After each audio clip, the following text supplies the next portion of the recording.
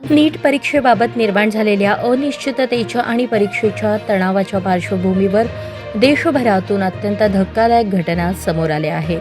नीट परीक्षा रद्द झाल्याने आतापर्यंत 3 विद्यार्थ्यांनी आत्महत्या केल्याची माहिती समोर आली आहे. दिल्ली, राजस्थान आणि गोवा येथील 3 विद्यार्थ्यांनी आत्महत्या केल्याची माहिती समोर आली आहे.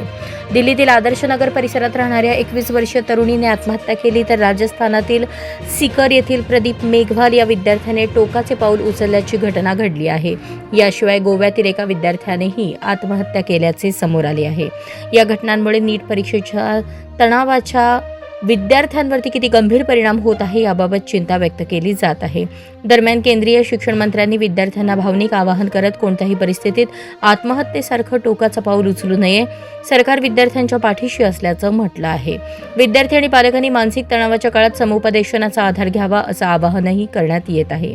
यापूर्वी देखील विविध परीक्षेचे पेपर फुटल्यामुळे परीक्षा रद्द झाल्या होत्या, मात्र अशा प्रकारे कोणीही पाऊल उचलले नसल्याची माहिती समोर आली नाही.